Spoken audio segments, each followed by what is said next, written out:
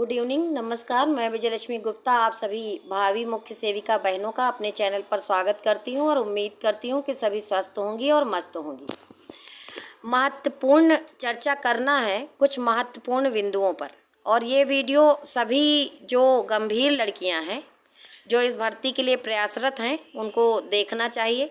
हालांकि खबर ये कल की है और कल मैंने इस पर एक वीडियो बनाया था और जानकारी दी थी न्यूज़ की। हालांकि मैं ना तो कोई अधिवक्ता हूँ और ना ही मुझे कोई कानून की इतनी ज़्यादा जानकारी है, फिर भी इस खबर को जब मैंने पढ़ा और पढ़ करके आप लोगों को सुनाया और जो चीज़ें मेरे समझ में आई थी वो मैंने आपको बताई थी। लेकिन इस खबर को लेकर के जब मैंने कुछ एक जानकार लोगों से बातचीत की और इस खबर का क्या प्रभाव है जानने का प्रयास किया, तो कुछ एक बातें मेरे समझ आई हैं और मैं चाहती हूँ कि वो बातें आप सभी लोगों को भी पता चलनी चाहिए।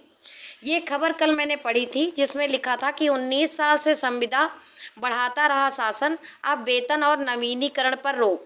2003 में बाल विकास एवं पुष्टाहार विभाग में 260 संविदा कर्मियों की हुई थी नियुक्ति। पूरी खबर नहीं पढ़ेंगे क्योंकि पूरी खबर मैंने कल पढ़ी थी। इसमें जो मेन बातें निकल करके आई हैं, जो मैंने औरों से जो बुद्धिजीवी या जानकार लोग हैं, हालांकि मैं ये नहीं कहती हूँ कि वो बहुत ऑथेंटिक व्यक्ति हैं, लेकिन उनको कानून की और नियम की थोड़ी बहुत तो जानकारी है, तो मैंने उनसे बातचीत की है और जो चीज़ें निकल के आई हैं वही मैं आपके समक्ष प्रस्तुत करूंगी। यहाँ पर देखिए कि मैं आपको दिखा रही हूँ, यहाँ पर देखिएगा। यहाँ पर लिखा है कि 2003 में नियुक्ति प्रक्रिया में अनियमितता का हवाला देते हुए सतर्कता जांच बैठा दी गई। यानी कि जो जांच बैठी वो 2003 में बैठी, ठीक है, और परियोजना अवधि 2005 तक थी, ठीक है। जांच बैठ गई थी 2003 में ही और जो परियोजना की अवधि थी वो 2005 तक थी। उसके बावजूद भी शासन प्रशासन क्या करता रहा कि 19 साल तक, मतलब शासन प्रशासन नहीं, विभाग, संबंधित विभाग, क्या विभाग को इसकी जानकारी नहीं थी? बिल्कुल रही होगी। विभाग भी जान रहे होंगे, विभाग में जो बैठे लोग हैं वो भी जान रहे होंगे। इनको क्या हुआ कि साल दर साल इनकी संविदा को बढ़ाया जाते रहा, ठीक है। और चूंकि जांच बैठी थी उसके बावजूद भी, और 2005 में वो परियोजना समाप्त भी हो गई थी होगी जिसमें इनकी भर्ती हुई थी, ठीक है, संविदा पर भर्ती हुई। 2023 तक संविदा का विस्तार, यानी कि जुलाई 2023 तक इनका संविदा विस्तार होता रहा है। अब बात करेंगे कोर्ट केस की। जो मेन मुद्दा ये है, देखिए ध्यान देने वाला जो पॉइंट इसमें है कि 2023 में संविदा विस्तार के लिए प्रस्ताव शासन को भेजा गया। यहाँ पर देखिए लिखा हुआ है कि जुलाई 2023 में संविदा विस्तार के लिए शासन को प्रस्ताव भेजा गया, ठीक है। और क्या हुआ कि शासन ने उसको माना नहीं। आप अगर गौर से देखेंगे कि 2022 में ही इन्होंने माननीय उच्च न्यायालय में केस कर दिया। केस किस बात को लेकर के किया कि इनको परमानेंट कर दिया जाए, यानी कि नियमित कर दिया जाए। इसलिए केस नहीं डाला कि हमारी संविदा बढ़ा दी जाए, इन्होंने अपने नियमितीकरण को लेकर के केस डाला, ठीक है। कोर्ट केस का ही मैटर समझिए। 13 दिसंबर को स्टे मिल गया, बात समझिए, यहीं पर पॉइंट है। स्टे मिला 13 दिसंबर को और इनकी संविदा कब समाप्त हो गई थी? जुलाई 2023 में इनकी संविदा समाप्त हो गई थी। तो जो पॉइंट है, जो बिंदु है वो ये है कि 2022 में जब इन्होंने कोर्ट केस डाला तो कोर्ट केस इन्होंने अपने नियमितीकरण के लिए डाला, ना कि संविदा बढ़वाने के लिए डाला। लेकिन जब भर्ती पर स्टे हो गया, यानी कि हम लोगों की भर्ती पर इनको स्टे दिया गया, हम लोगों की भर्ती पर जो अभ्यर्थी हैं जिन्होंने परीक्षा पास की है, जो नियुक्ति का इंतजार कर रहे हैं, 2693 पदों पर माननीय न्यायालय ने स्टे दे दिया। तो जाहिर सी बात है स्टे हुआ 13 दिसंबर 2023 को और इनकी संविदा समाप्त हुई जुलाई महीने में 2023 को, यानी कि इनकी संविदा पहले समाप्त हो गई थी, यानी कार्य मुक्त ये पहले हो गई थी। वेतन भी इनका तभी से बंद है, यानी कि जुलाई महीने 2023 से इनका वेतन बंद है, इनकी संविदा समाप्त हो चुकी है। उसके बाद भी इनका मैटर और 2693 पदों का मैटर बिल्कुल अलग है, एक दूसरे से बिल्कुल भी संबंधित नहीं है। केवल इन्होंने एक शक के आधार पर वहाँ पर केस डाला, या जो भी समझ के केस डाला, और उसमें ये बताया कि हमारे पद शायद इसमें जोड़ दिए गए हैं।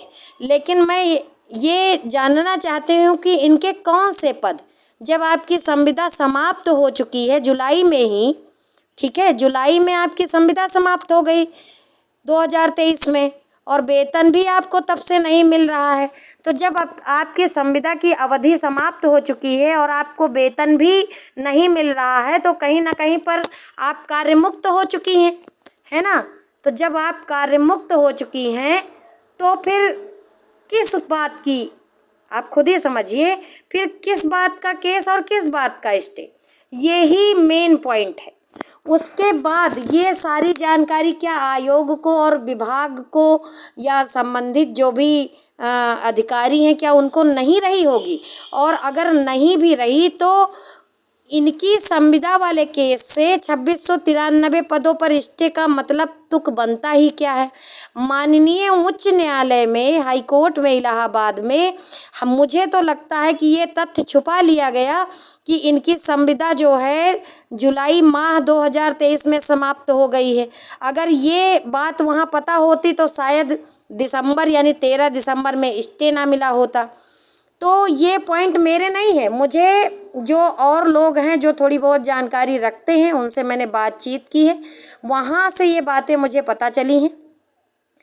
मैं वीडियो बना के आपको इसलिए बता रही हूँ क्योंकि बहुत सी बहनें जो परेशान हैं भर्ती को लेकर के, क्योंकि कहीं ना कहीं पर वो अभ्यर्थी हैं, उन्होंने परीक्षा दी है, नौकरी की बांट जो रही हैं और उनके साथ अन्याय हो रहा है। जो 2693 नियुक्ति से आना चाह रहे हैं, नियुक्ति से नौकरी को प्राप्त करना चाह रहे हैं, लीगली नौकरी प्राप्त करना चाह रहे हैं, वो इस कानूनी दांव पेच में फंस गए हैं। क्या सही है क्या गलत है इसका निर्णय तो न्यायालय लेगा, और लिया भी है। लेकिन मुझे लगता है कि न्यायालय को ये तथ्य नहीं बताया गया है कि इनकी संविदा जुलाई 2023 में ही समाप्त हो चुकी, तभी 13 दिसंबर को स्टे हुआ है। तो मैं ये चाहती हूँ कि जो भी बहनें पत्राचार कर रही हैं शासन प्रशासन को, विभाग में, तो वो ये वाली कटिंग जिसमें डेट भी लिखी है, ठीक है, डेट भी लिखी है, खबर भी लिखी है, इसको हाइलाइटर से हाईलाइट करके, जो बिंदु हैं उनको हाईलाइट करके पत्रों में संलग्न कर दें और भेजें और गुहार लगावें। क्योंकि जो स्टे हुआ है वो तो उस स्टे से मतलब बहुत से लोग यानी 34,000 लोग प्रभावित हैं। हालांकि सिलेक्शन 2693 का होना है, लेकिन रिजल्ट तो सबको चाहिए ना।